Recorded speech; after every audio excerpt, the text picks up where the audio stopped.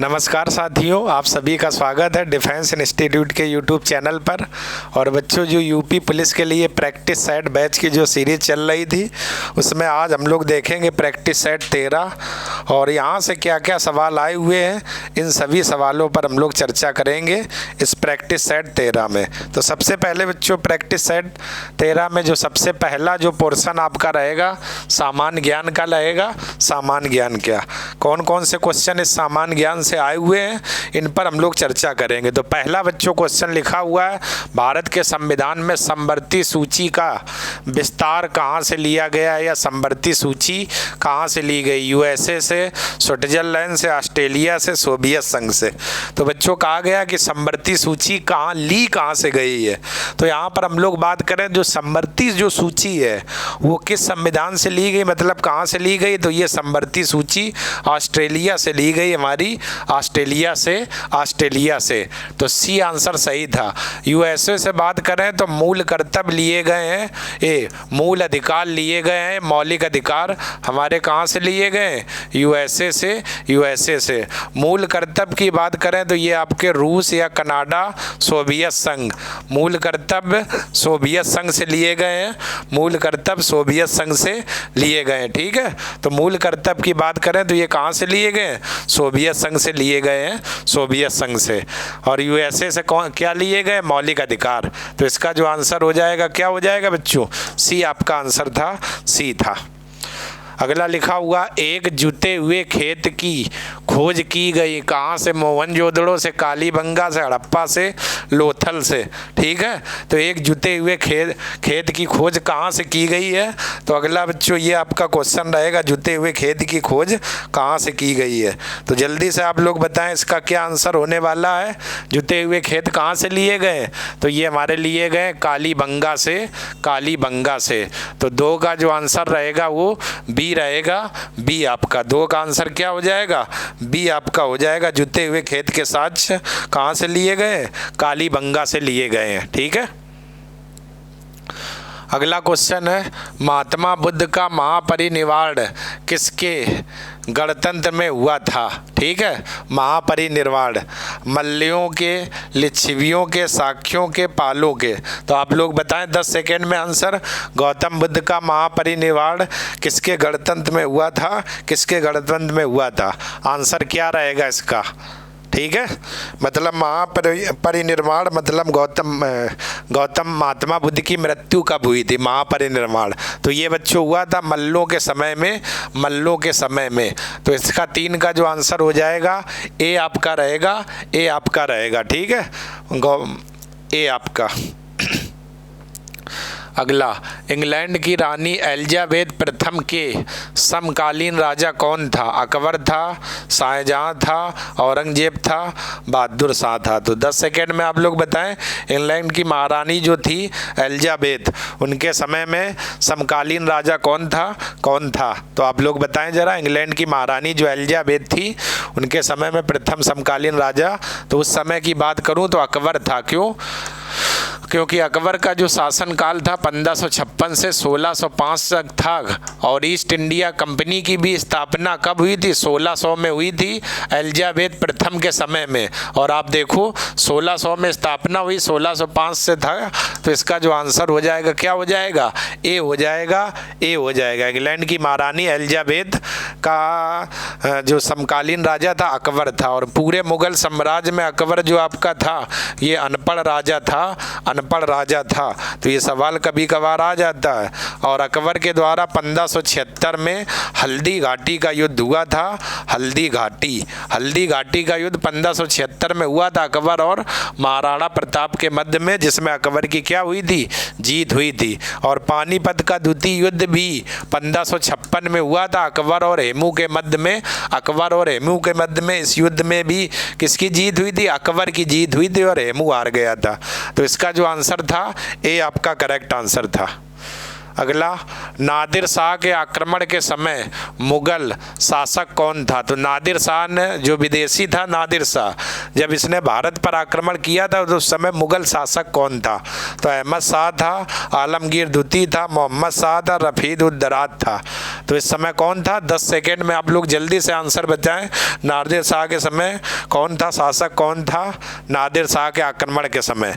तो बच्चों बात करूं तो ये मोहम्मद शाह रंगीला एक आप लोगों ने नाम सुना होगा। तो नादिर शाह ने जब भारत पर आक्रमण किया था तो उत्तर मुगल साम्राज्य में एक शासक हुआ था, कौन? मोहम्मद शाह। मोहम्मद शाह उस समय यही शासक था। तो इसका जो आंसर हो जाएगा 5 का क्या रहेगा? सी रहेगा। सी रहेगा आपका। अगला, भारतीय व्यापार में ईस्ट इंडिया कंपनी का एकाधिकार कब समाप्त हुआ था? 1793, 1803 में, 1813 में, 33 में। तो चलिए आप लोग बताएं, ईस्ट इंडिया कंपनी का एकाधिकार कब समाप्त हुआ था? कौन सा आंसर रहेगा? 10 सेकेंड में आप लोग बताएं, 10 सेकेंड में। ठीक है, वो चार्टर एक्ट कौन था? ठीक है, तो ये एकाधिकार कब हुआ? 1813 के चार्टर एक्ट में। 1813 के चार्टर एक्ट या 1813 में ये काम किया गया था। और 1813 के चार्टर एक्ट में शिक्षा के लिए 1 लाख रुपए का प्रावधान किया गया था। 1 लाख रुपए का प्रावधान, वो भी किसके? शिक्षा के लिए 1 लाख रुपए का प्रावधान किया गया था 1813 के चार्टर एक्ट में। ठीक है, एकाधिकार समाप्त हुआ था 1813 में। ईस्ट इंडिया जो कंपनी थी EIC, इसकी जो स्थापना हुई थी 1600 में हुई थी और इसको शुरुआत में 15 वर्षों के लिए व्यापार की अनुमति मिली थी।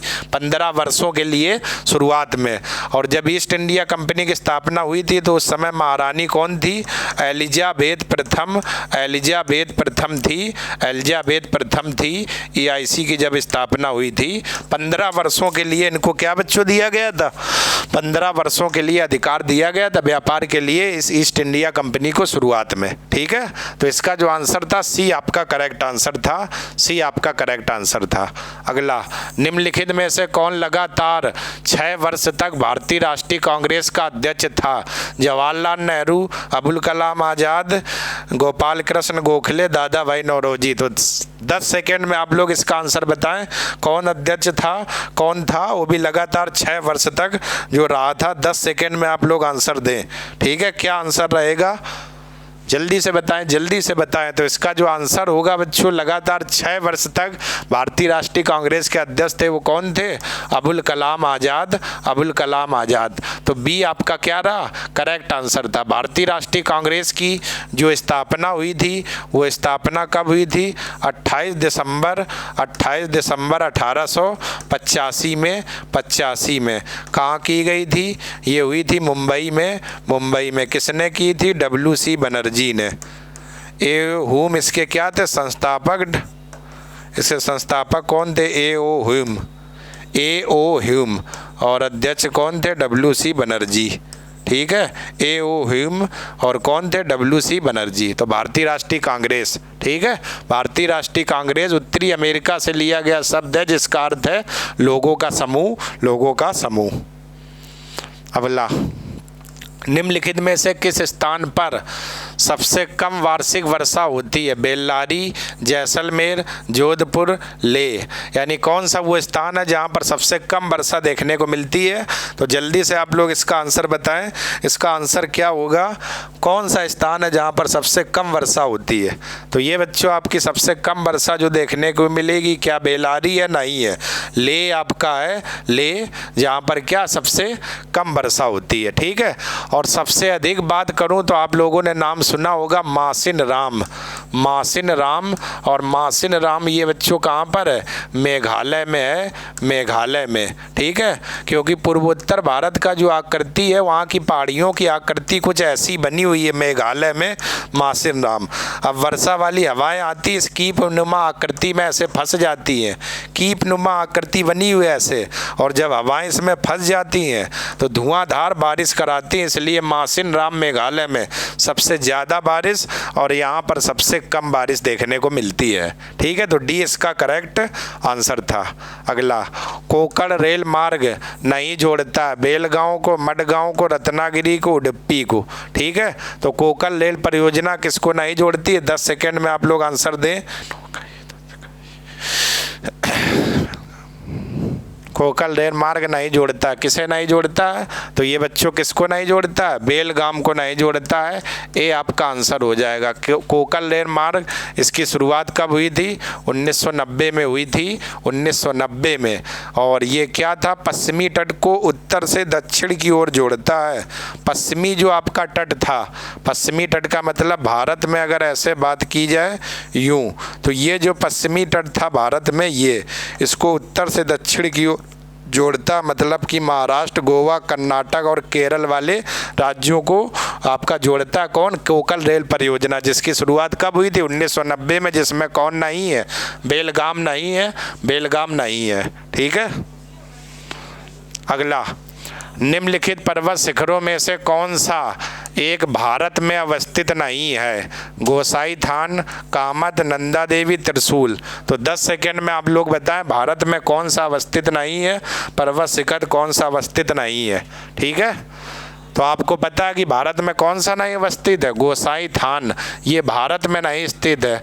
बाकी कामत आपका कहाँ पर है? उत्तराखंड में है। नंदा देवी भी कहाँ पर? उत्तराखंड में है।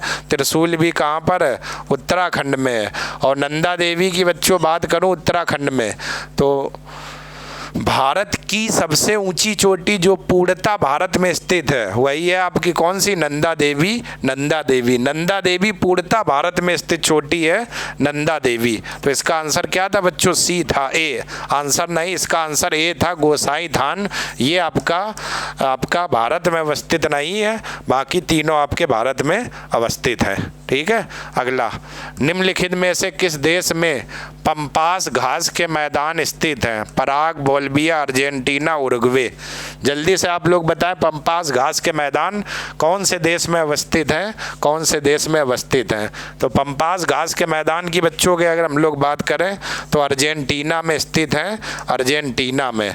और अर्जेंटीना किस महाद्वीप में है? तो दक्षिणी अमेरिका महाद्वीप में है। अर्जेंटीना दक्षिणी अमेरिका महाद्वीप में है।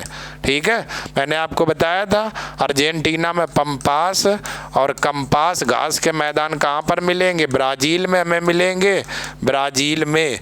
वेल्ड कहाँ का घास का मैदान है? वेल्ड दक्षिण अफ्रीका का है, दक्षिण अफ्रीका का है। और आपका डाउन्स कहाँ का? डाउन्स घास का मैदान ये आपका कहाँ का? Australia, Australia. तो डाउन्स आपका कहाँ का है? ऑस्ट्रेलिया का घास का मैदान है डाउन्स, ऑस्ट्रेलिया। क्लियर है। तो इसका जो आंसर हो जाएगा क्या हो जाएगा? 11 का सी हो जाएगा, सी हो जाएगा। अगला हम लोग, विश्व की सबसे गहरी झील है कौन सी है? बैकाल झील, क्रेटर, न्यासा, टंगानिका। तो जल्दी से बताएं विश्व की सबसे गहरी झील कौन सी है? कौन सी है? ठीक है। तो इसका जो आंसर की हम लोग बात करें तो विश्व की सबसे गहरी झील कौन सी है? बैकाल झील है, बैकाल। और ये कहाँ पर है? रूस में है। बैकाल झील रूस में है। ठीक है। टंगानिका झील, टंगानिका झील, ठीक है, ये आपकी अफ्रीका में है, अफ्रीका में है। ठीक है। क्रेटर, क्रेटर तो बच्चों ये झीलों के होल को कहते हैं क्रेटर। यानी क्रेटर का मतलब होता है जब ज्वालामुखी की ऐसे क्रिया होती है, लावा मैग्मा पदार्थ बाहर निकल जाता है और ये फिर बंद हो जाता है, पानी बरसता है, कोई नदी आती है इसमें पानी भर जाता है, तो ऐसी झीलों को क्रेटर झील या ज्वालामुखी क्रिया से निर्मित झील कहते हैं। तो विश्व की सबसे गहरी झील कौन थी? बैकाल थी, रूस में थी। तो 12 का ए आपका करेक्ट आंसर था, ए आपका करेक्ट आंसर था। अगला, निम्नलिखित में से कौन सी प्राकृतिक रूप से पाई जाने वाली ग्रीन हाउस गैस सर्वाधिक ग्रीन हाउस प्रभाव डालती है? कार्बन डाइऑक्साइड, मीथेन, ओजोन, जलवाष्प। ये सभी गैसें ग्रीन हाउस हैं, लेकिन वो पूछना चाहा सर्वाधिक जिम्मेदार गैस ग्रीन हाउस के लिए कौन सी है? सर्वाधिक जिम्मेदार ग्रीन हाउस के लिए कौन सी है? तो सर्वाधिक जिम्मेदार ग्रीन हाउस प्रभाव के लिए जो गैस है वो कार्बन डाइऑक्साइड है। कार्बन डाइऑक्साइड कौन सी है? CO2। ठीक है। Green house gas carbon dioxide. Green house प्रभाव की सबसे पहली शुरुआत कहाँ पर हुई थी? इटली देश में की गई थी। कांच के घर ऐसे ये बनाए जाते थे घर, और इसमें सूर्य की किरणें जाती थी और इसी में पेड़ पौधे, वनस्पतियाँ, फल, सब्जियाँ उगाई जाती थी। ठीक है। कांच के बड़े बड़े घर होते थे। क्यों? क्योंकि सूर्य की किरणें जब इसमें जाती थी तो यहाँ अंदर का तापमान नियंत्रित बना रहता था और ये जो फलों वाली थी सभी चीज़ें ये इसमें उग जाती थी। तो कांच के बड़े बड़े घर बनाए जाते थे, इसीलिए नाम रखा गया था ग्रीन हाउस इफेक्ट या ग्रीन हाउस प्रभाव। तो इसका आंसर जो था ए आपका रहेगा कार्बन डाइऑक्साइड, कार्बन डाइऑक्साइड। अगला, प्रकाश की तीव्रता मापने के लिए जिस उपकरण का प्रयोग किया जाता है उसे कहते हैं anemometer, colorimeter, lux meter, altimeter. तो 10 सेकेंड में आप लोग आंसर बताएं, प्रकाश की तीव्रता किससे मापी जाती है, किससे मापी जाती है? ठीक है, तो प्रकाश की तीव्रता मापने का बच्चों यंत्र कौन सा है? Anemometer, colorimeter, lux meter, altimeter. ठीक है, तो प्रकाश की तीव्रता किससे मापी जाती? लक्स मीटर से। सी आपका सही आंसर था। एनीमोमीटर से गैसों का दाब मापते हैं, गैसों का दाब, गैसों का दाब एनीमोमीटर से मापते हैं, एनीमोमीटर। अल्टीमीटर उड़ते हुए विमान की ऊंचाई, उड़ते हुए विमान की ऊंचाई, उड़ते हुए विमान की ऊंचाई। ठीक है, उड़ते हुए विमान की ऊंचाई ये किससे मापते हैं? अल्टीमीटर से, अल्टीमीटर से उड़ते हुए विमान की ऊंचाई मापी जाती है। ठीक है, लक्स मीटर से क्या मापते हैं? प्रकाश की तीव्रता। अगला, 1 नैनोमीटर बराबर होता है 10⁻⁻4 सेमी, 10⁻⁻7 सेमी, 10⁻8, 10⁻9। तो जल्दी से 10 सेकेंड में आप लोग आंसर बताएं, 1 नैनोमीटर किसके बराबर होता है, किसके बराबर होता है? एक नैनोमीटर की बच्चों हम लोग बात करें तो ये किसके बराबर होता है? 10⁻⁻4 सेमी। 1 नैनोमीटर बराबर 10⁻⁻4 सेमी। तो 15 का जो आपका आंसर था वो बच्चों क्या था? 15 का आपका आंसर था वो क्या था? ए था, ए था। नहीं नहीं बच्चों, ये गलत है। 1 नैनोमीटर 10⁻4 नहीं होगा बच्चों, यहाँ पर 9 होगा। 9 दिया तो है, ये डी होगा बच्चों, ए आंसर नहीं होगा। ठीक है, 1 नैनोमीटर आपका होता है 10⁻⁻9 सेमी के बराबर, तो डी आपका आंसर होगा, डी। ठीक है, 1 नैनोमीटर बराबर 10⁻�9 सेमी।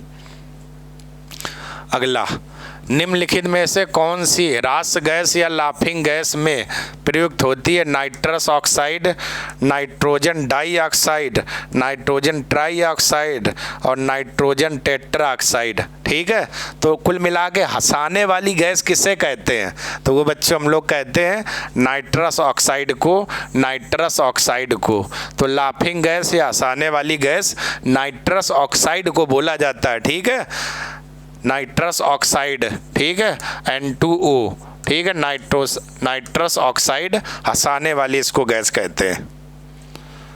अगला, पुच्छल तारे की पूंछ की दिशा सदैव होती है सूर्य से दूर की ओर, सूर्य की ओर, उत्तर पूर्व की ओर, दक्षिण पूर्व की ओर। तो पुच्छल तारे जो आकाश में दिखाई देते हैं वो पूछ रहा है, इनकी जो पूंछ की दिशा होती है वो सदैव कैसी होती है? तो सूर्य से दूर की ओर। तो इसका जो आंसर हो जाएगा क्या हो जाएगा? ए हो जाएगा। 17 का जो आंसर हो जाएगा वो क्या हो जाएगा? ए हो जाएगा। पुच्छल तारा का मतलब बच्चों होता क्या है?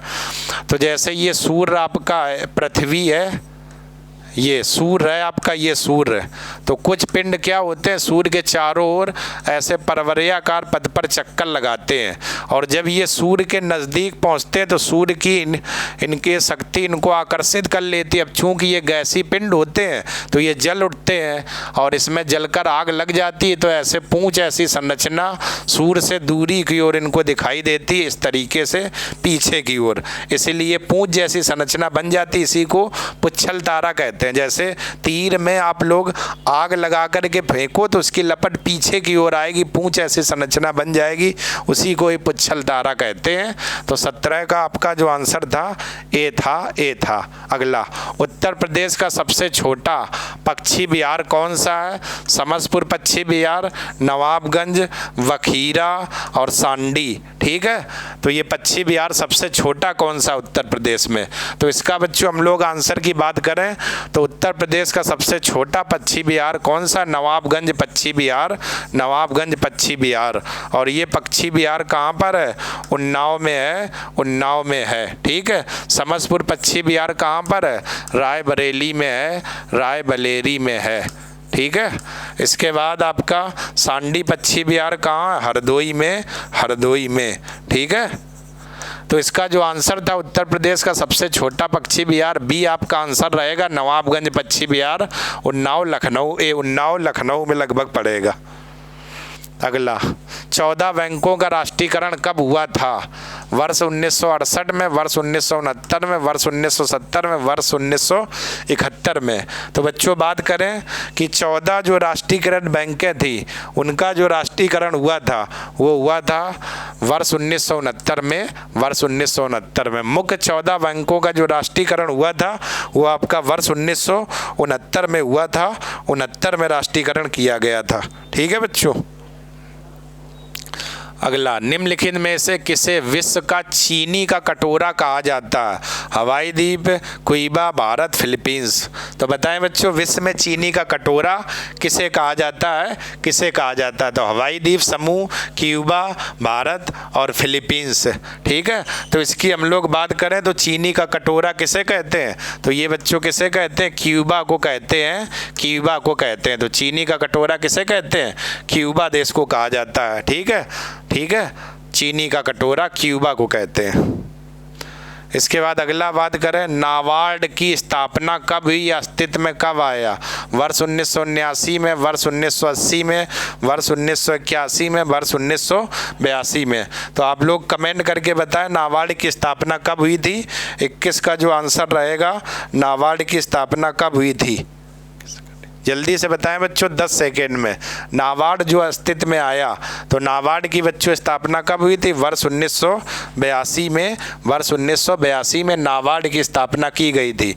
और ये ऋण प्रदान करने का काम करती है नाबार्ड, और इसकी स्थापना कब हुई थी? वर्ष 1982 में। और कुछ एक संस्था और है, जैसे LIC की अगर बात करें तो इसकी स्थापना हुई थी 1958 में, और मुख्यालय कहाँ पर है? मुंबई में है, मुंबई में है। तो ये भी बच्चों कभी कभार पूछ लेता है, LIC की स्थापना 1958 में की गई थी, मुख्यालय कहाँ पर है? मुंबई में। और वर्तमान में LIC के अध्यक्ष कौन है? तो वर्तमान में इसके LIC के अध्यक्ष आपके कौन है? DK Mehrotra, DK Mehrotra. ठीक है, DK मेहरोत्रा वर्तमान में क्या है? LIC के अध्यक्ष हैं। ठीक है, तो ये नाबार्ड आपका आया था 1982 में, और ये ऋण देने का काम करती है संस्था नाबार्ड। अगला, निम्नलिखित में से कौन सा सूर्य मंदिर है? लिंगराज मंदिर, राजरानी मंदिर, कोणार्क मंदिर, जगन्नाथ मंदिर। तो 10 सेकेंड में आप लोग बताएं निम्नलिखित में से कौन सा सूर्य मंदिर है, कौन सा सूर्य मंदिर है। ठीक है, 10 सेकेंड में आपको बताना, आंसर अपने अपने दे कौन सा सूर्य मंदिर है।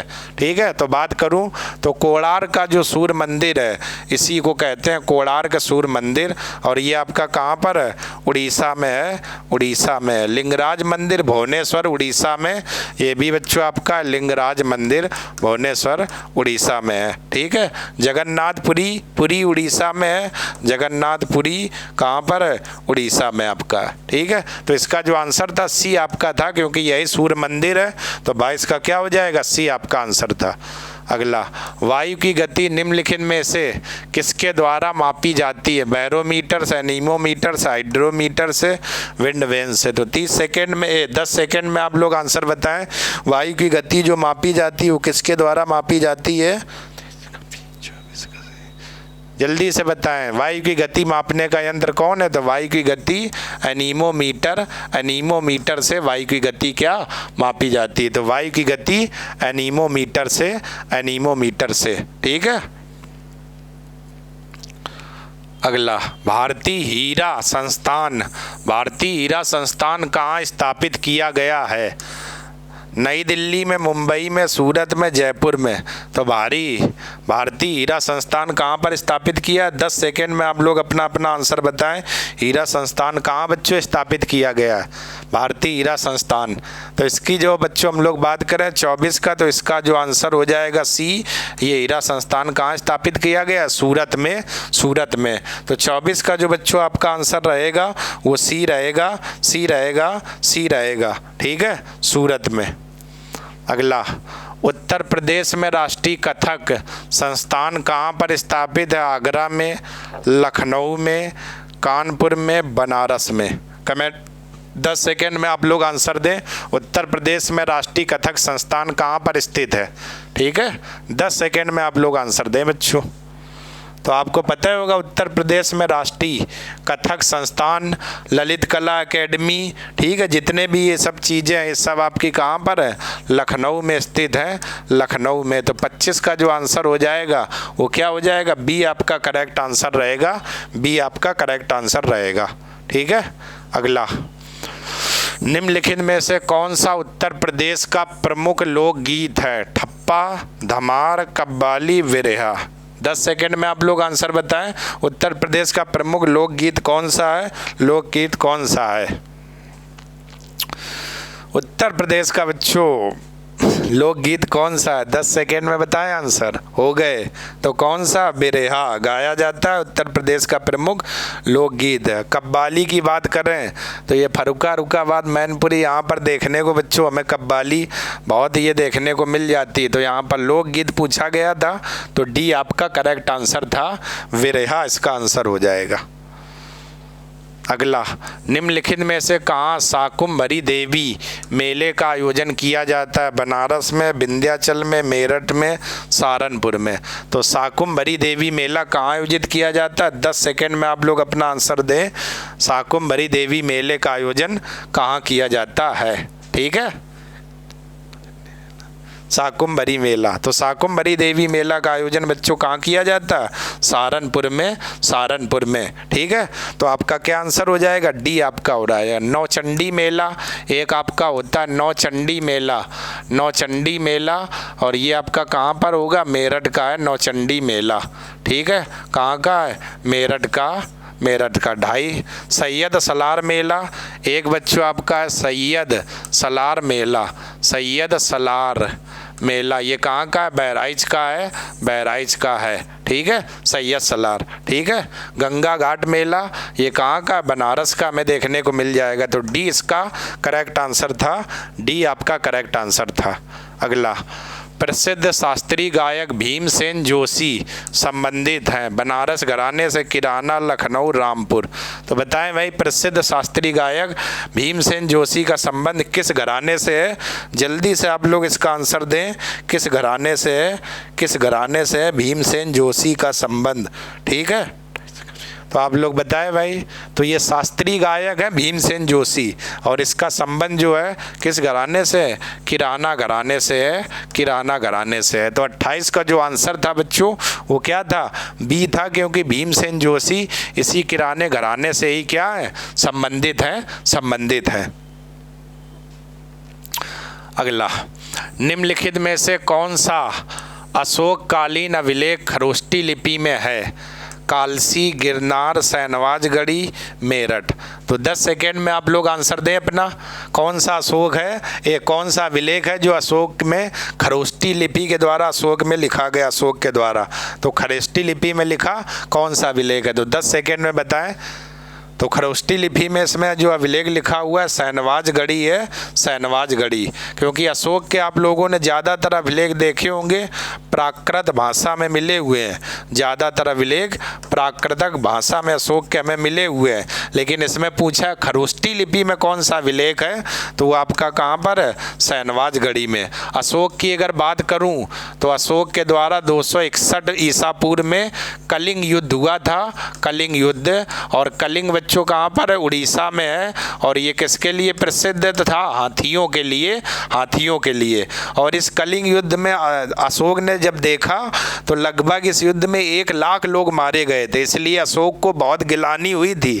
और उसने उसी दिन कसम या निर्णय ले लिया था आज के बाद कभी भी युद्ध नहीं करेंगे। तो कलिंग आपका उड़ीसा में है। युद्ध कब हुआ था? 261 ईसा पूर्व में। कलिंग किसके लिए प्रसिद्ध था? हाथियों के लिए प्रसिद्ध था। अगला बच्चों हम लोग देख रहे हैं, निम्नलिखित में से कौन सी एक मगध साम्राज्य की राजधानी नहीं रही है? गिरिवज्र, राजगिर, पाटलिपुत्र, कौशाम्बी। यानी मगध हर्यक वंश, जिसमें मगध वंश जो था उनमें से मगध साम्राज्य की कौन सी एक राजधानी नहीं रही है। ठीक है, ये सवाल में पूछा गया है। तो मगध वंश आप लोगों ने पढ़ा होगा तो आप लोग इसका आंसर दे पाएंगे। तो आप लोगों ने देखा होगा गिरिवंश मगध की राजधानी थी, इसके बाद राजगिरह भी थी, पाटलिपुत्र भी थी, वैशाली भी थी, बस मगध की जो राजधानी नहीं रही, कौन सी नहीं रही, कौशाम्बी नहीं रही है। ठीक है, बाकी ये सब मगध की राजधानी थी। किसमें डी आपका इसमें जो आंसर था ये बच्चों नहीं था, कौशाम्बी नहीं रही थी मगध की राजधानी। क्लियर है, तो आप लोग विशेष ध्यान रखना, डी आपका करेक्ट आंसर रहेगा। अगला, उत्तर प्रदेश का पहला हिंदी पत्र कौन सा है? सरदल अखबार, बनारस अखबार, काशी अखबार, ब्रज पत्रिका। तो आप लोग बताएं 10 सेकेंड में उत्तर प्रदेश का पहला हिंदी पत्र कौन सा है, कौन सा है? ठीक है, तो बच्चों बात करें उत्तर प्रदेश का पहला हिंदी पत्र, ये आपका कौन सा? बनारस अखबार। तो इसका जो आंसर था बी आपका करेक्ट आंसर था, बी आपका करेक्ट आंसर था। बनारस अखबार उत्तर प्रदेश का पहला पत्र है, हिंदी पत्र है बनारस अखबार। ठीक है, बनारस अखबार। ठीक है, तो आप लोग विशेष ध्यान रखिएगा बच्चों। अगला हम लोग बात करें, राष्ट्रीय चीनी अनुसंधान संस्थान उत्तर प्रदेश के किस जिले में अवस्थित है? तो लखनऊ, इज्जतनगर, बरेली, कानपुर। तो राष्ट्रीय चीनी अनुसंधान संस्थान उत्तर प्रदेश के किस जिले में स्थित है? तो ये बच्चों आपको पता होगा कानपुर में है, जिसको आप लोग क्या बोलते हो? NSI, national sugar institute. ठीक है, NSI राष्ट्रीय चीनी अनुसंधान संस्थान। अगला, ये भी बच्चों ऐसा क्वेश्चन, उत्तर प्रदेश में लाइन सफारी कहाँ पर है? तो औरैया के कोई ऐसा बच्चा होगा ना जिसको नहीं पता होगा लाइन सफारी कहाँ है? इटावा में है, इटावा में। तो ये बच्चों बिल्कुल बच्चों ऐसा क्वेश्चन था। अगला, स्वदेशी हाई स्पीड फ्लाइंग विव UV का सफल परीक्षण दिसंबर 2023 में किसके द्वारा किया गया था? मानव रहित विमान था, DRDO के द्वारा, हिंदुस्तान एरोनॉटिक्स के द्वारा, महिंद्रा के द्वारा, भारत फोर्स के द्वारा। तो आप लोग बताएं, मानव रहित विमान इसका सफल परीक्षण किसके द्वारा किया गया था? तो आप लोग बताएं। तो ये बच्चों कौन करता है? आपको पता है ये सफल परीक्षण मानो ये कौन करेगा? DRDO करता है, DRDO। तो इसका जो आंसर था क्या हो जाएगा? ए आपका आंसर था। अगला, भारत और किस देश के मध्य संयुक्त सैन्य अभ्यास मित्र शक्ति का 9वां संस्करण 29 नवंबर 2023 किया गया? Indonesia, Sri Lanka, Maldives, Japan. तो मित्र शक्ति वाले हमेशा बच्चों आप लोग ध्यान रखना, जितने भी ये अभ्यास है मित्र शक्ति, ठीक है, वो आपका लगभग किसके यहाँ पर जो मित्र शक्ति किया गया है 9वां संस्करण श्रीलंका के द्वारा। तो 35 का जो आंसर था वो क्या था? बी था, बी था। ठीक है बच्चों, 35 का। अगला, निम्नलिखित में से किस खिलाड़ी को 8वीं बार बैलोन DR अवार्ड से सम्मानित किया गया है? Cristiano Ronaldo, Lionel Messi, Kylian Mbappe और डेविड बेकहम। यानी कौन सा ऐसा खिलाड़ी जिसको 8वीं बार इस पुरस्कार से सम्मानित किया गया है, वो कौन सा खिलाड़ी है, कौन सा खिलाड़ी है? तो आप लोग बताएं। तो इसका जो आंसर हो जाएगा लियोनेल मेसी, इसका जो आंसर रहेगा बी आपका करेक्ट आंसर था, बी आपका करेक्ट आंसर था। ठीक है, अगला हम लोग बात करें, बृहस्पति के बर्फीले चंद्रमा यूरोपा में कौन सी गैस खोजी गई है? तो यानी बृहस्पति का जो बर्फीला चंद्रमा, यानी बृहस्पति का एक उपग्रह है यूरोपा, ठीक है, चंद्रमा का मतलब उपग्रह, इसमें कौन सी गैस खोजी गई है? तो इसमें बच्चों कौन सी गैस खोजी गई है? Carbon dioxide, carbon dioxide. तो बृहस्पति का एक उपग्रह है यूरोपा और इसमें जो गैस खोजी गई है वो कौन सी खोजी गई है? Carbon dioxide. तो आपका बी इसका क्या रहेगा? आंसर रहेगा। और बृहस्पति की बात करें तो आकार के अनुसार बृहस्पति सौर मंडल का सबसे बड़ा ग्रह है, सबसे बड़ा ग्रह है किसके अनुसार? आकार के अनुसार। अगला, वर्ष 2023 में रमन मैग्सेसे पुरस्कार हेतु किसे चुना गया? कोरबी रचंद, यूजेनियो लेमेस, मारियम करोनल फेरस और डॉक्टर रवि कन्नर आर। तो इसमें पूछ रहा केवल एक सही है, केवल 2, 3 सही है, 3, 4 सही है। तो रमन मैग्सेसे पुरस्कार वर्ष 2023 में बच्चों बात करें तो ए भी सही है, 2 भी, 3 भी, 4 भी, यानी कि इसका जो आंसर था 1, 2, 3, 4, इन चारों को ये रमन मैग्सेसे पुरस्कार दिया गया है। तो इसका जो आंसर था बच्चों कौन था? डी आपका करेक्ट आंसर था, 1, 2, 3, 4, और इन चारों को रमन मैग्सेसे पुरस्कार दिया गया है। तो ठीक है, तो 38 का जो आंसर था कौन था? डी आपका करेक्ट आंसर था। ठीक है, अगला हम लोग बात कर लेते हैं। तो चलिए बच्चों, तो ये आपके कुछ जीएस के क्वेश्चन थे, और अब आगे आपको हमारे हिंदी वाले जो सर आपको आएंगे, तो इसी के आगे आपके कंटिन्यू करेंगे। तो आप लोग बने रहिए, कहीं जाइएगा नहीं, कॉपी पेन लेकर बैठिए और आगे की बातें आप लोग देखिए अच्छे तरीके से।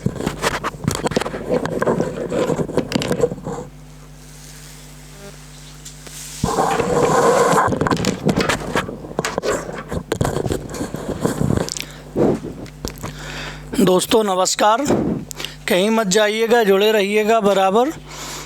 चलिए आज हम लोग महा प्रैक्टिस बैच का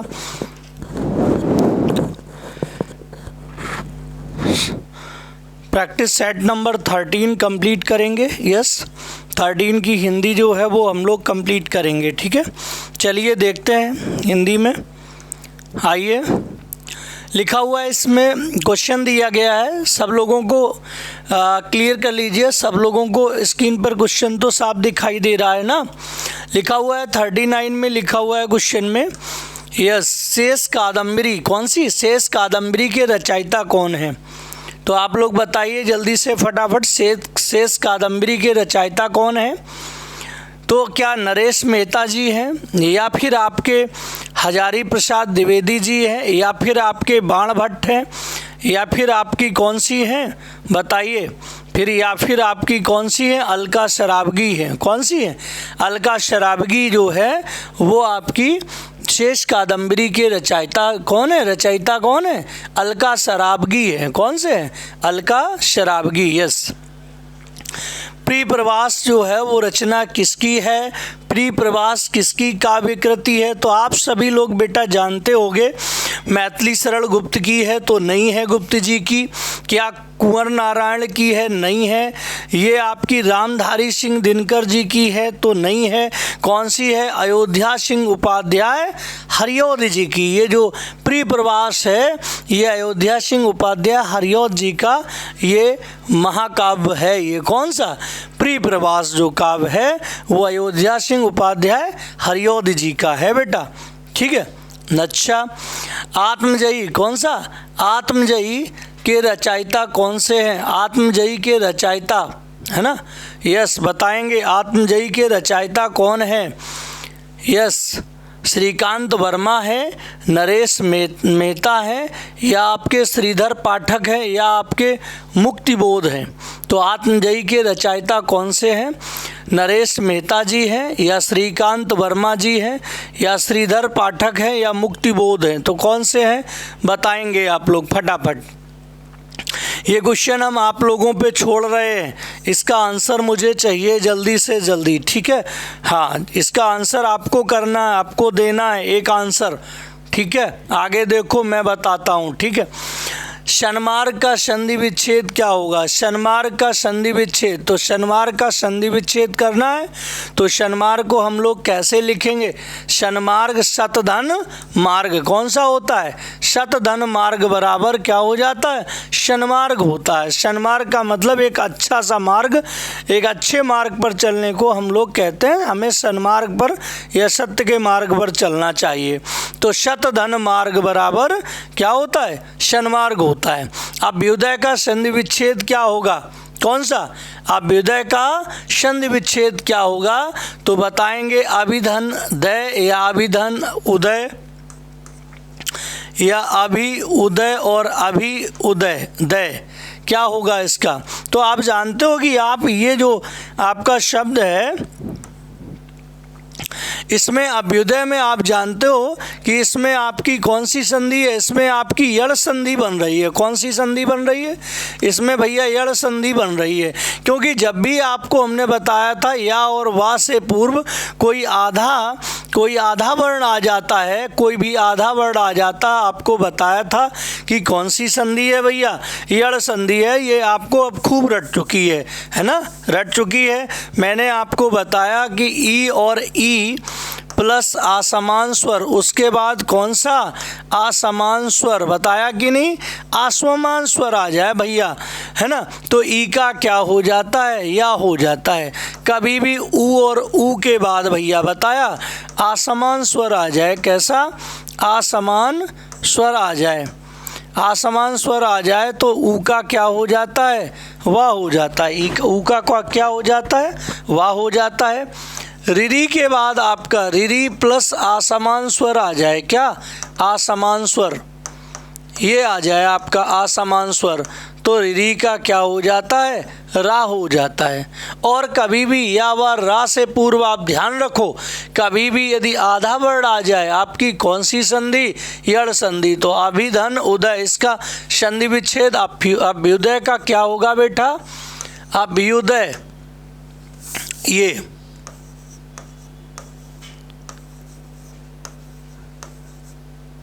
अभ्युदय का संधि विच्छेद अभी क्या होगा बेटा, अभी, और धन क्या हो जाएगा, उदय। देखो कैसे, अभी में यहाँ पे स्वर क्या है बेटा, ई, और प्लस यहाँ क्या है, ऊ, तो ई का क्या हो जाता है, वाह, ई का या होता है, सॉरी, ई का क्या हो जाता है बेटा, ई का, हाँ, ई का या हो जाता, ये या तैयार।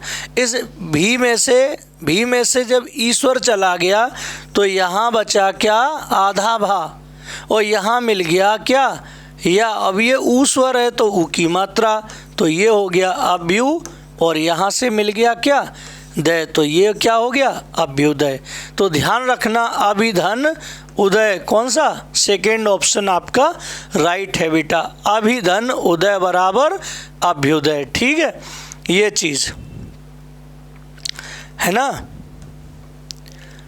परमेश्वर में समास बताइए, ये आपका समासिक पद है या समस्त पद है, इसमें समास बताना है। परमेश्वर, परम है जो ईश, परम है जो ईश, है ना, परमेश्वर परम है जो ईश, या परम है जो ईश, है ना, जो ईश परम है ना, परम है जो ईश, परम है जो ईश, वही तो हमारे क्या है, अर्थात इसमें जा रहा है, अर्थात शब्द आ रहा है, अर्थात परमेश्वर, अर्थात परमेश्वर के लिए ये आता है, अर्थात परमेश्वर। जब तीसरा पद प्रधान होता है तो ध्यान रखो वहाँ बहुब्री समास होता है, नहीं तो हम कर्मधारय भी टिक कर देते, लेकिन परमेश्वर शब्द जो है वो भगवान के लिए यूज़ किया जाता है, इसलिए ये आपका बहुब्री समास का उदाहरण बनेगा, कर्मधारय का नहीं बनेगा, है ना, है ना। अर्थात जुड़ रहा है तो ये आपका बहुब्री समास का उदाहरण बनेगा, है ना। अच्छा, देश सेवा में समास बताइए। अरे देश सेवा भैया, देश के लिए सेवा या देश की सेवा की जाती, देश की सेवा की जाती है, तो देश की सेवा करना, देश सेवा, इसका समास जानने के लिए कि कौन सा समास है, आप समस्त पद का समास विग्रह करेंगे। पहले क्या करेंगे, समास विग्रह करेंगे। तो देश सेवा मतलब देश की सेवा, देश की सेवा। अब देश की सेवा, इसमें विभक्ति चिन्ह देखेंगे, विभक्ति चिन्ह क्या आ गया, काकी के, तो काकी के आ गया तो किस में आता है, कर्मधारय में होता नहीं, द्विगु में होता नहीं, बहुब्री में कौन सा, तत्पुरुष समास। तत्पुरुष में पूछ ले वो कौन सा है, तो आपका संबंध तत्पुरुष, काकी के, रारी रे, नानी ने, कौन सा, संबंध तत्पुरुष समास हो जाएगा, ठीक है। यस बेटा। प्रभा कीट किसका पर्यायवाची है, क्या पतंग का है कि तारा का है कि जुगनू का कि मच्छर का, तो आप जानते हो प्रभा कीट, प्रभा मीन्स होता है किरण होता है, प्रभा मीन्स प्रकाश होता है, उजाला किरण होता है। ऐसा एक कीट जो एकदम तुम देखते हो लालटेन लेके चलता है, कौन?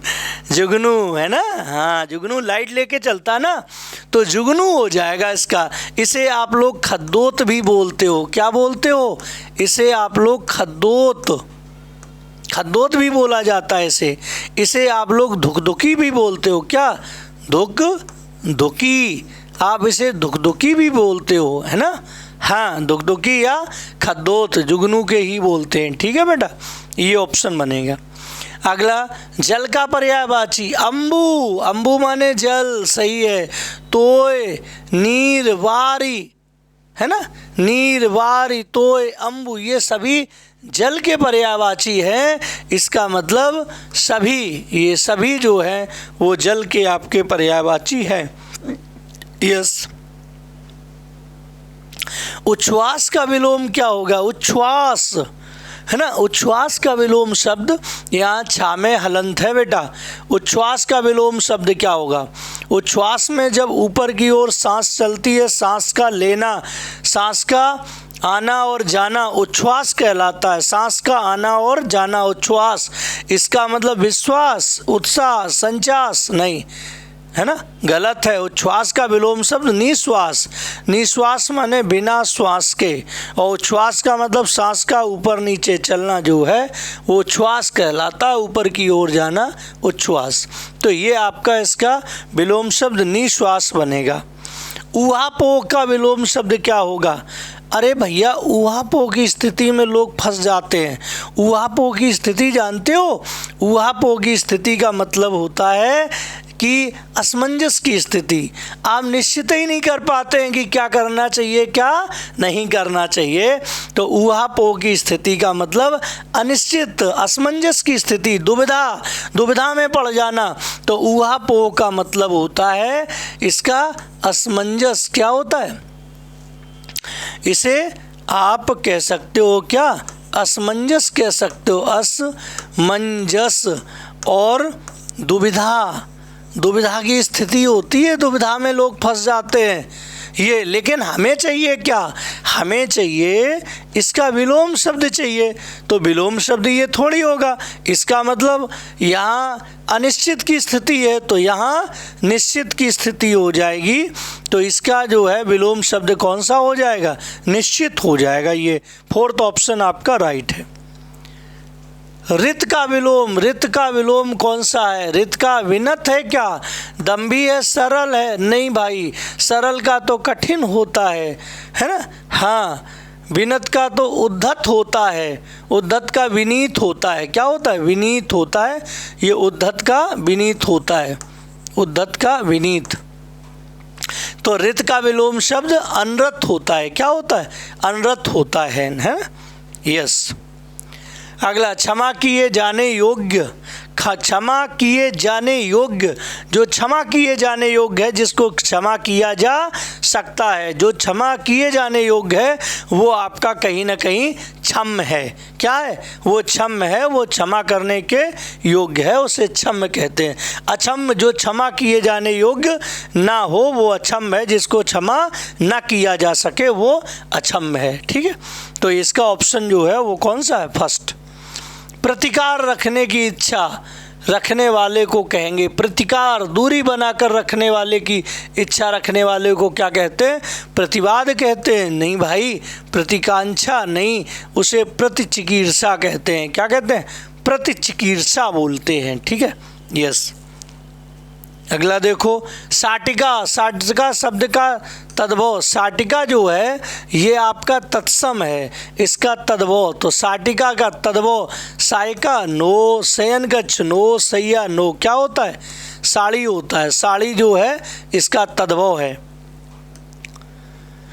प्रकृति में उपसर्ग बताइए। प्रकृति, तो प्राधनिकृति होता है, ये बनेगा प्राधनकृति। तो ये आपका कृति तो अलग हो गया, इसमें उपसर्ग क्या हो गया? प्रा उपसर्ग हो गया। प्रा कहाँ है? अरे ये प्रा उपसर्ग है, इसमें हमें लगाना पड़ेगा प्राधन प्रकृति होता है, प्रकृति उपसर्ग है ना। उपसर्ग वो शब्द होते हैं जो किसी शब्द के प्रारंभ में जोड़े जाते हैं, उनको उपसर्ग कहते हैं।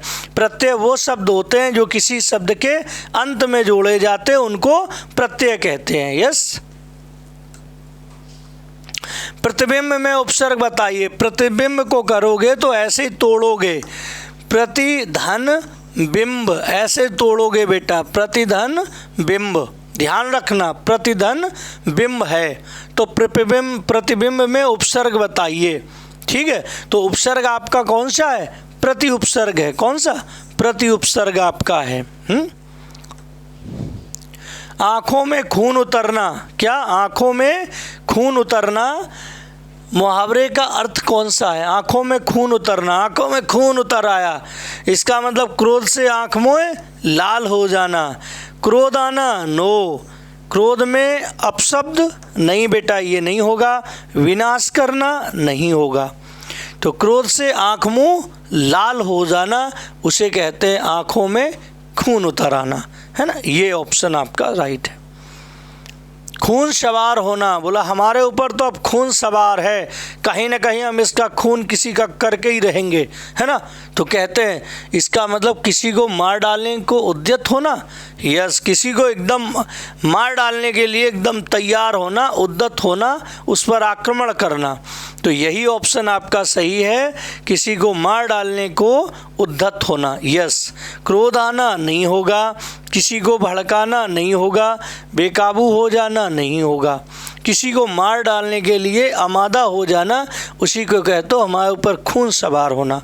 यस। इनमें से कौन सा शब्द जो है शुद्ध है? इनमें से कौन सा शब्द शुद्ध है? शुद्ध बताएंगे। अंतर्निहित, अंतर्निहित तो गलत होता है, आप जानते हो अंतर्निहित होता है। ये अंतर जब ता के बाद रा आ रहा है, अंतर्निहित जब ता के बाद रा आ रहा है, जिस वर्ड के बाद आता है उसी वर्ड के बाद वाले पे चढ़ाया जाता है। ता के बाद आ रहा है तो ना पे चढ़ना चाहिए, इसमें ता पे चढ़ा हुआ है ना। इसमें अंतर्निहित आ बड़ा बना दिया, गलत है। कौन सा सही है? अंतर्निहित। कौन सा? अंतर्निहित है। देखो मैं लिख के बताऊं, ऐसे लिखना, ऐसे अंत लिख लेना। अब इसमें ना में मात्रा भी और रा भी अंतर और निहित कर देना, अंतर्निहित। कौन सा? अंतर्निहित हो जाएगा ये, है ना। यस, अंतर्निहित। ठीक। सही वर्तनी वाला शब्द चुनिए। अपवंचक, अपवचक, आपेवंचक और अपवचंक। अपवचंक, तो अपवचंक कोई शब्द ही नहीं है, ना ये है और ना ही ये है। अपवंचक होता है, क्या होता है? अपवंचक, वापे अनुस्वार होगा तो अपवंचक शुद्ध शब्द है। 12 सबसे रघुवंश कठोर, क्या कहा जा रहा? 12 सबसे, देखो कहाँ का प्रसंग है पता है? जब शंकर जी का जो धनुष था वो रामचंद्र जी ने तोड़ दिया था, कहाँ? जनकपुरी में, है ना।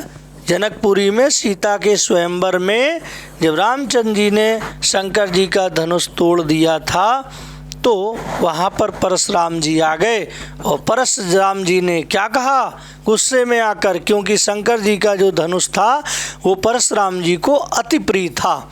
इसलिए जब उन्होंने सुना कि उन्होंने उनके गुरु के, है ना, धनुष को तोड़ दिया है तो वो फिर गुस्से में आ गए और आकर क्या बोले?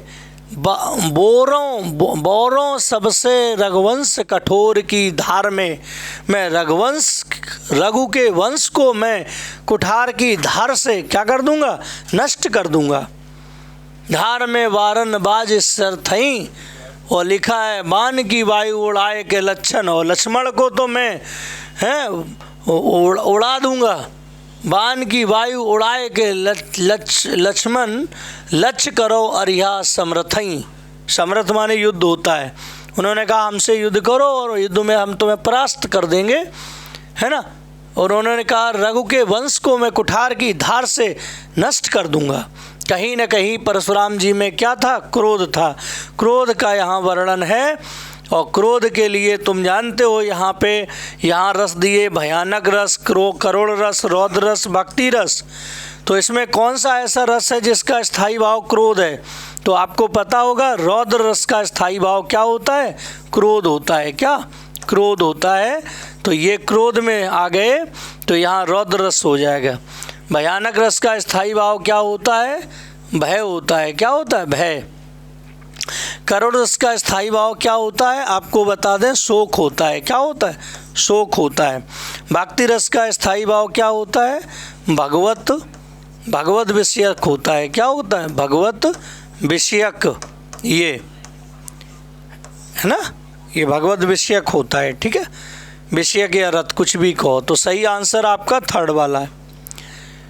शोवे कित चकोर तू सफल करे किन नैन, 4 दिन की चांदनी फिर अंधियारी रैन। फिर अंधियारी रैन सखे लखी सोच करेगो, सजग रहे नहीं भूल काल कृत जाल परेगो। बरने दीन दयाल लाल यह काल न खोवे, रोम रोम प्रति सोम कला न लखत कित शोभे। देखिए ये कौन सा छंद है आपका? सवैया छंद है, दोहा छंद है, कुंडलिया छंद है या चौपाई छंद है? कौन सा छंद है? कौन सा छंद है? तो हमें इसमें एक पहचान दिखाई दे रही है ना, हमें इसमें एक पहचान दिखाई दे रही है। इसकी जो मुख्य पहचान है ना, हाँ, कि जो इसमें होगा कौन सा? कुंडलिया छंद होगा। कौन सा? कुंडलिया। क्योंकि कुंडलिया जो होती है वो जिस शब्द से प्रारंभ होता है, कुंडलिया छंद की विशेषता क्या है? कि वो जिस शब्द से प्रारंभ होता है उसी शब्द से वो खत्म भी होता है। देखो ये स्टार्ट काहे हुआ है? सोबह से। ख़त्म काहे से हो रहा है? सोबह से।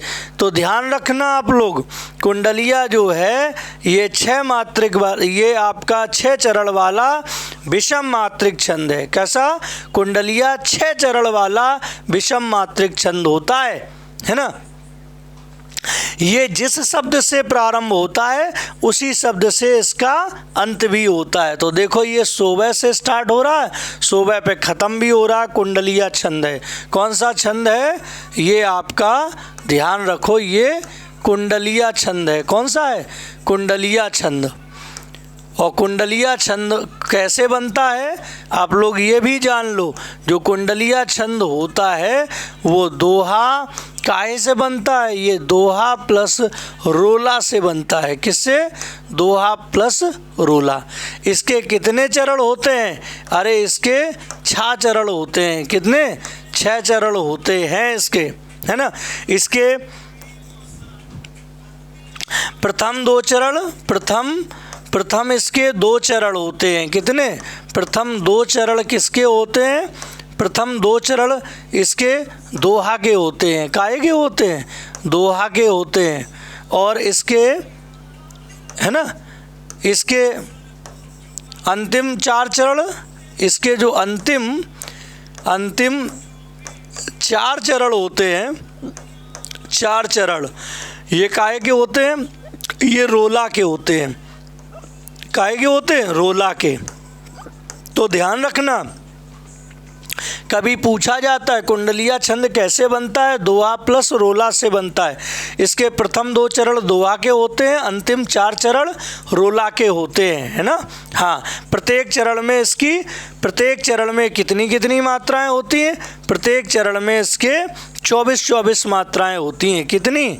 प्रत्येक चरण में इसके 24 मात्राएं हैं। ये एक विषम मात्रिक छंद होता है। ये 6 चरण वाला एक विषम मात्रिक छंद है ना। इसके प्रत्येक चरण में 24 मात्राएं होती हैं।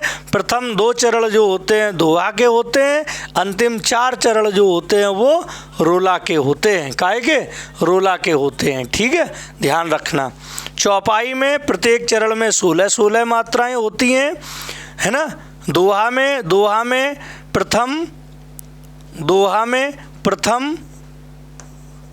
प्रथम और तृतीय में होती हैं कितनी? 13 और 13 मात्राएं होती हैं।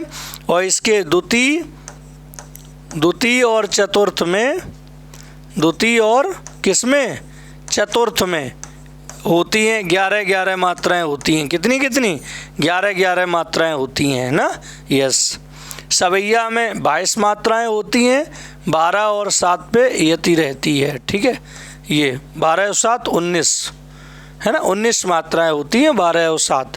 प्रथम और तृतीय चरण में होती हैं 12 और द्वितीय और चतुर्थ चरण में कितनी होती हैं ना। ये सवैया नहीं यार, सॉरी गलत हो जाए, ये सवैया की बात नहीं है। सवैया तो आपका वर्णिक छंद में आएगा। ठीक है, यस। चलिए अच्छा आगे देखिए। ठाढ़े हैं वो द्रुम डार गहे, द्रुम माने होता वृक्ष की, गहे धनु कांधे धरे कर सायक लय, है ना। ठाढ़े हैं वो द्रुम डार गहे, वे भगवान रामचंद्र जी की बात हो रही है कि रामचंद्र जी जो हैं वृक्ष की डाल को पकड़े खड़े हैं, गहे हैं धनु कांधे, और अपने कांधे पर धनुष बाण रखे हैं, कर सायक लय, और कर हाथों में क्या लिए? धनुष बाण लिए हुए हैं, है ना। यस, है ना। तो ये क्या है? ये आपका सवैया है, बरवे है, सोरठा है, उल्लाला है ना। तो आप जानते हो ये आपका सवैया है। क्या है? सवैया। सवैया क्या होता है? ये सवैया जो है ये वर्णिक छंद है। ये आपके जो छंद होते हैं क्या होते हैं? छंद। छंद के कितने प्रकार हैं भैया? छंद के 3 प्रकार हैं। कौन से प्रकार के छंद होते हैं? पहला होता है मात्रिक छंद। कौन सा होता है? मात्रिक छंद होता है। दूसरा कौन सा होता है? दूसरा छंद आपका होता है वर्णिक छंद। कौन सा? वर्णिक छंद होता है, वर्णिक छंद। अरे तीसरा कौन सा है? अरे तीसरा मुक्तक छंद होता है। कौन सा भैया? मुक्तक छंद। मुक्तक छंद है ना। यस। वर्णिक छंद, ये वर्णिक छंद के कितने प्रकार होते हैं? इसके भी 3 प्रकार होते हैं वर्णिक छंद के। कितने? वर्णिक छंद के 3 प्रकार। कौन कौन? पहला समवर्णिक छंद। कौन सा? समवर्णिक छंद। समवर्णिक छंद होता है, समवर्णिक छंद होता है। दूसरा अर्ध सम। कौन सा? अर्ध समवर्णिक छंद। वर्णिक छंद अर्ध समवर्णिक छंद होता है ना। तीसरा आपका जो होता है विषम वर्णिक छंद होता है। कौन सा? विषम वर्णिक छंद होता है। विषम वर्णिक छंद होता है। ठीक है, ये 3। ठीक है। अब ये जो आपका समवर्णिक छंद होता है इसके 2 भेद होते हैं। कितने? 2, है ना। सम, इसका साधारण, इसके 2 समवर्णिक छंद के 2 भेद होते हैं। पहला होता है आपका कौन सा? सम साधारण वर्णिक छंद। नहीं, साधारण कर दो। साधारण वर्णिक छंद। कौन सा? साधारण वर्णिक छंद। कौन सा? साधारण वर्णिक छंद होता है। वर्णिक छंद ये होता है। और दूसरा आपका होता है वो दंडक। कौन सा? इसे हम लोग दंडक वर्णिक छंद कहते हैं। दंडक वर्णिक छंद कहते हैं। दंडक वर्णिक छंद, है ना। दंडक वर्णिक छंद। साधारण वर्णिक छंद उसे कहते हैं जिसकी मात्राएं, जिसमें वर्ण की संख्या 1 से लेके 26 तक रहती है। कितने? 1 से 26 तक वर्ण होते हैं, उसे हम साधारण वर्णिक छंद कहते हैं। और जिसमें आपके 26 से अधिक वर्ण होते हैं, 26 से अधिक वर्ण होते हैं, उसे हम दंडक समवर्णिक छंद कहते हैं। तो साधारण समवर्णिक छंद और दंडक सम, हाँ 26 वर्ण से अधिक, 26 से अधिक तो दंडक, और साधारण 1 से लेके और 26 तक तो आपके होते हैं साधारण वर्णिक छंद। तो सवैया में कितनी? सवैया में 22 से 26 वर्ण होते हैं। सवैया में कितने होते हैं? 22 से लेके 26 वर्ण होते हैं सवैया में। ठीक है, यस। तो ये आपका सवैया ही है, इसमें 26 वर्ण से ज़्यादा नहीं होंगे। देख लो 1 2 3 4 5 6 7 8 9 10 11 12 13 14 16 17 18 है ना। और इसमें ये मात्राएं भी है, इनको सहायक ले आगे कर, है ना। 19 20 21 22 22 है, देखो 22 से 26 होता है तो आपका ये सवैया है। बरवे जो होता है, बरवे इसमें आपका ये इसमें मात्राएं होती हैं 12 और 7, कितनी 12 और 7 19 मात्राएं। सोरठा में आपको पता ही है, सोरठा में आपका 11 और 13 होता है, ठीक है, यस। और उल्लाला में आप जानते हो इसमें कितनी 28, कितनी 28, कौन कौन 15 और 13, कितनी कितनी 15 और 13। प्रथम और तृतीय में, प्रथम और तृतीय में 15 मात्राएं और द्वितीय और चतुर्थ में 13 मात्राएं होती हैं, ठीक है। इसके प्रथम और तृतीय में 11 और द्वितीय और चतुर्थ में 13 मात्राएं होती हैं सोरठा में, ठीक है। ये चीज़ ऐसे आपका ये होता है, ठीक। गर्व करऊँ रघुनंदन जिन मन माहा और देखूँ आपन मूरत सीय के छाँ। उपरोक्त में पद में कौन सा अलंकार है? रूपक अलंकार है, प्रतीप अलंकार, व्यतिरेक है या उल्लेख है? तो यहाँ पे आपका अलंकार कौन सा है? प्रतीप अलंकार है। यहाँ तुलना नहीं की गई है, नहीं तो रूपक होता। यहाँ कौन सा? प्रतीप अलंकार है, ठीक है। अगला देखेंगे, इन प्रत्यय का प्रयोग किस शब्द में हुआ है? इन, है ना। तो यहाँ देखो कठिन, इन प्रत्यय है क्या इसमें? चिन्ह में है क्या? मीन में है क्या? नहीं, पुजारिन में है। किसमें? पुजारिन में। इसमें इन प्रत्यय है। कौन सा प्रत्यय है? इन प्रत्यय है। जैसे आप कहते हो पंडिताइन, कहते हो पंडिताइन, पंडिताइन लिखते हो तो पंडिताइन में भी कौन सा प्रत्यय है? इन प्रत्यय है पंडिताइन में, है। आप ठकुराइन लिखते हो, ठकुराइन लिखते हो, इसमें भी कौन सा प्रत्यय है? इसमें भी इन प्रत्यय है। कौन सा? इन प्रत्यय है। आप ललाइन लिखते हो, ललाइन, ललाइन, इसमें भी कौन सा? इसमें भी इन प्रत्यय है ना, यस। तो इन सभी में इन प्रत्यय है। आपका कौन सा? पहला ऑप्शन। भाषा के मौखिक शिक्षण के अभ्यास का आरंभ होता है काय से? वाक्य रचना से, प्रश्नोत्तर से, भाषा से। काय से होता है? वार्तालाप से होता है। कैसे होता है? वार्तालाप से होता है, ठीक है, यस। चतुर्वेद में समास बताइए। चतुर्वेद, 4 वेदों को कहते हैं चतुर्वेद, हैं। तो 4 वेद, पहला पद संख्यावाची है। संख्यावाची है, कौन सा समास होगा? द्विगु समास। कौन सा? द्विगु समास हो जाएगा चतुर्वेद में, ठीक है।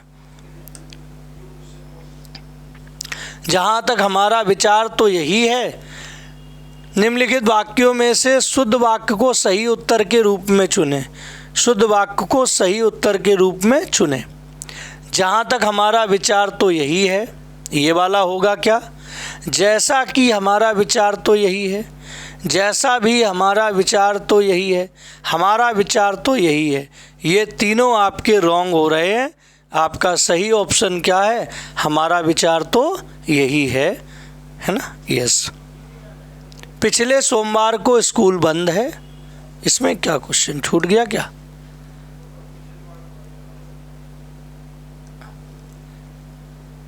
पिछले सोमवार को स्कूल बंद है। पिछले सोमवार, अब पिछले सोमवार की बात की जा रही है। घटना जो है वो भूतकाल की है। कब की है? कहीं ना कहीं घटना कब की है? भूतकाल की है, पिछले सोमवार की। तो पिछले सोमवार को स्कूल बंद है लगा है, गलत है, ठीक है। वर्तमान काल को प्रदर्शित करता है। पिछले सोमवार को स्कूल बंद रहेगा, ये भविष्य काल को प्रदर्शित करता है। पिछले सोमवार को स्कूल बंद होना है, ये भी भविष्य है ना, तो ये गलत है। पिछले सोमवार को स्कूल बंद था, इसका मतलब ये भूतकाल की घटना है। साहित्य के क्षेत्र में उत्कृष्टता के लिए कौन सा पुरस्कार दिया जाता है? कालिदास सम्मान दिया जाता है, ज्ञानपीठ पुरस्कार, शांति स्वरूप भटनागर पुरस्कार या दादा साहब फाल्के पुरस्कार। तो साहित्य के क्षेत्र में उत्कृष्टता के लिए कौन सा पुरस्कार दिया जाता है? तो ज्ञानपीठ पुरस्कार। कौन सा? ज्ञानपीठ पुरस्कार जो है वो दिया जाता है आपका, ठीक है। ये अपठित गद्यांश आ गया आपका, है ना। हाँ ठीक, चलिए देखते हैं इसके भी क्वेश्चन। हाँ, देश प्रेम का अभिप्राय है देश के प्रति कोमल भावों का उदय, है ना। देश प्रेम का अभिप्राय है देश के प्रति कोमल भावों का उदय, अनथक प्रयत्न करके देश का निर्माण करना, या देश हित के लिए शत्रु से संघर्ष करना, देश के प्रति व्यक्ति का स्वाभाविक ममत्व। देश प्रेम का अभिप्राय क्या है? देश के प्रति, अपने देश के प्रति व्यक्ति का स्वाभाविक जो ममत्व है, जो स्वाभाविक जो है वो प्रेम है, उसी को हम क्या कहते हैं? उसी को हम देश प्रेम का अभिप्राय कहते हैं। तो ऑप्शन आपका 4 आपने किया होगा। सच्चा देश प्रेमी है, वीर सपूतों की कहानियाँ सुनाता है, मातृभूमि का जयघोष करता है, परीक्षा की कसौटी पर खरा उतरता है, अपनी भूमि देश के लिए दान कर देता है, अपनी भूमि देश के लिए दान कर देता है, या वीर सपूतों की कहानियाँ सुनाता है, या मातृभूमि का जयघोष करता है।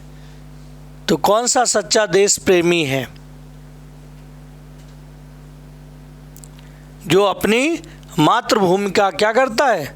जयघोष करता है, वही आपका क्या है? सच्चा प्रेमी है।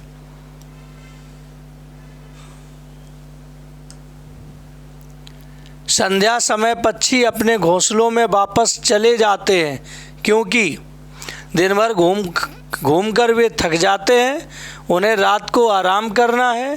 जानवर भी अपने निवास स्थान को चले जाते हैं, उन्हें अपना नीड़ प्यारा होता है ना। तो इसको हम लोग देखना पड़ेगा, थोड़ा सा पैसेज में भी जाना पड़ेगा। आ गया पैसेज, आ गया, है ना। ये आगे इसमें भी थोड़ा पढ़ भी लेते हैं। वास्तव में हृदय वही है जो कोमल भावों और स्वदेश प्रेम से ओतप्रोत है। प्रत्येक देशवासी को अपने वतन से प्रेम होता है, चाहे उसका देश सूखा, गर्म या दलदलों से युक्त हो। देश प्रेम के लिए किसी आकर्षण की आवश्यकता नहीं होती, बल्कि वह तो अपनी भूमि के प्रति मनुष्य मात्र की स्वाभाविक ममता है। ठीक है, आंसर किया। जो मानव ही नहीं, पशु पक्षियों तक को अपना देश प्यारा होता है। संध्या समय सभी बच्चे अपने नीड़ की ओर उड़ चले जाते हैं, है ना।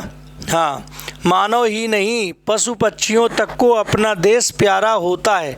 संध्या समय पक्षी अपने नीड़ की ओर उड़े चले जाते हैं। देश प्रेम का अंकुर सभी में विद्यमान है। कुछ लोग समझते हैं कि मातृभूमि के नारे लगाने से ही देश प्रेम व्यक्त होता है। दिन भर वे त्याग, बलिदान और वीरता की कथा सुनाते नहीं थकते, लेकिन परीक्षा की घड़ी आने पर भाग खड़े होते हैं। ऐसे लोग स्वार्थ त्याग कर, जान जोखिम में डालकर देश की सेवा क्या करेंगे? आज ऐसे लोगों की आवश्यकता नहीं है। यस,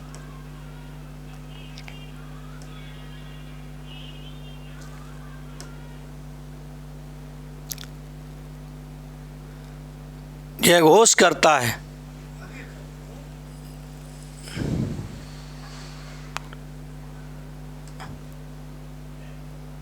संध्या समय पक्षी अपने घोंसलों में वापस चले जाते हैं, क्योंकि उन्हें अपना नीड़ प्यारा होता है। उन्हें अपना नीड़ प्यारा होता है। आपका 4th ऑप्शन राइट है। वही देश महान है जहाँ के लोग शिक्षित और प्रशिक्षित हैं, बेरोजगार तथा निर्उद्यमी नहीं है, कृषि और व्यापार से धनार्जन करते हैं, त्याग और उत्सर्ग में सदा आगे रहते हैं। कौन से? वही देश महान है जहाँ के लोग त्याग और उत्सर्ग में सदा आगे रहते हैं। देश प्रेम का अंकुर विद्यमान है सभी मानवों में, सभी प्राणियों में, सभी पक्षियों में, सभी पशुओं में।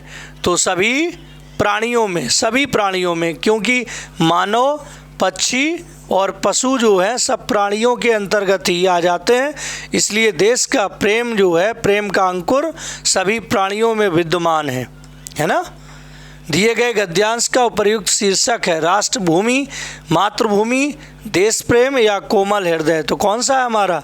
देश प्रेम हमारा इसका उपयुक्त शीर्षक होगा।